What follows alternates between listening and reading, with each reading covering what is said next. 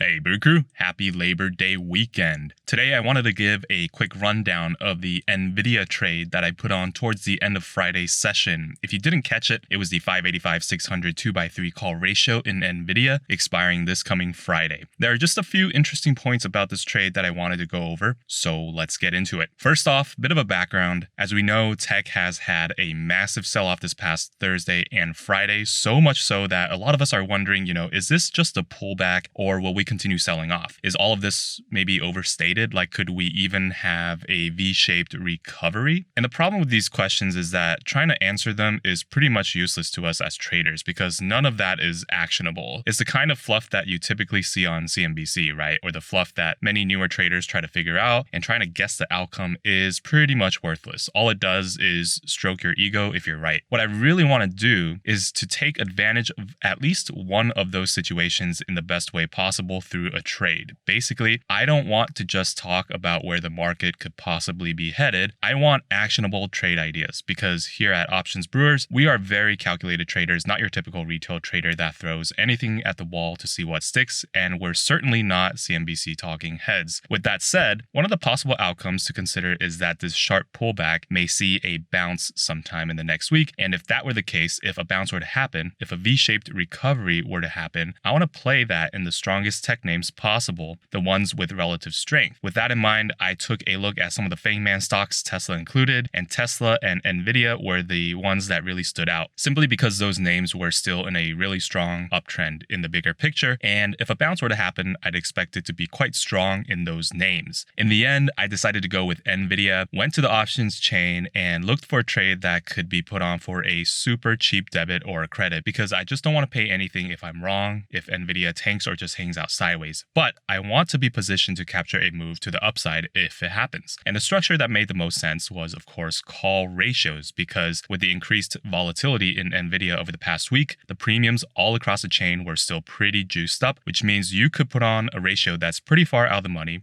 with decent distance between the legs for cheap. However, this time, instead of looking for a 1:2 ratio, I went with a 2:3 ratio. And I want to talk about why a 2:3 and not the usual 1:2. The thing to understand about these 2:3 ratios or 3:4 ratios, etc., basically anything larger than a 1:2 ratio, is that they're quite great at handling aggressive moves that the underlying might make towards the short strikes. Here's what I mean. This is the risk graph of a one lot of the 2:3 NVIDIA ratio play. I plotted the P&L curve over time with each curve 1 day apart. The pink curve represents the P&L curve of the trade on September 7th. The blue curve represents that on September 8th. The red represents that on the 9th, the gold for the 10th, and finally the yellow for the 11th. Notice the theoretical break-evens represented by the red ticks on this zero line. Pay close attention to this break-even on the blue curve, and then the break-even on the red curve, and then the gold, and then the yellow.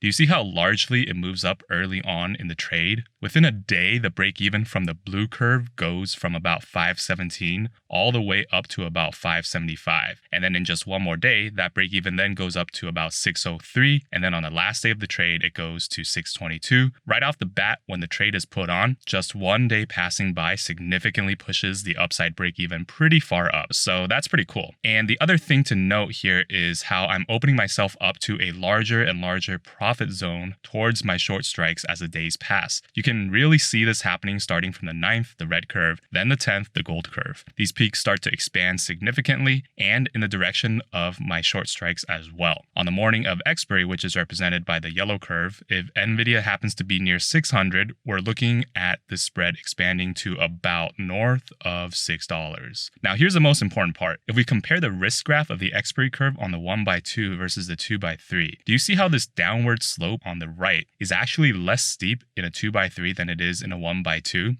That's because of the extra vertical that's in the 2x3 to push the break even further out from the short strikes, which is where the profit peak is. See, on a 1x2, the slope is the same on both sides of the peak, meaning the back slope is just the inverse of the front slope. But you'll notice that the more long verticals that you have as part of the ratio, the further away your break even will be, the less steep that backside slope will be, and the more you can handle sharp moves in the underlying. Of course, more verticals means higher debit, so you will have to find a balance between that debit debit and the risk that you're willing to take on. And in the case of the NVIDIA trade, I wanted to be pretty far out, have a far break even while capturing any potential crazy upside move, be protected by more longs in front of the shorts without paying anything for the entire trade. So that's how I ended up with this 585-600 2x3 call ratio.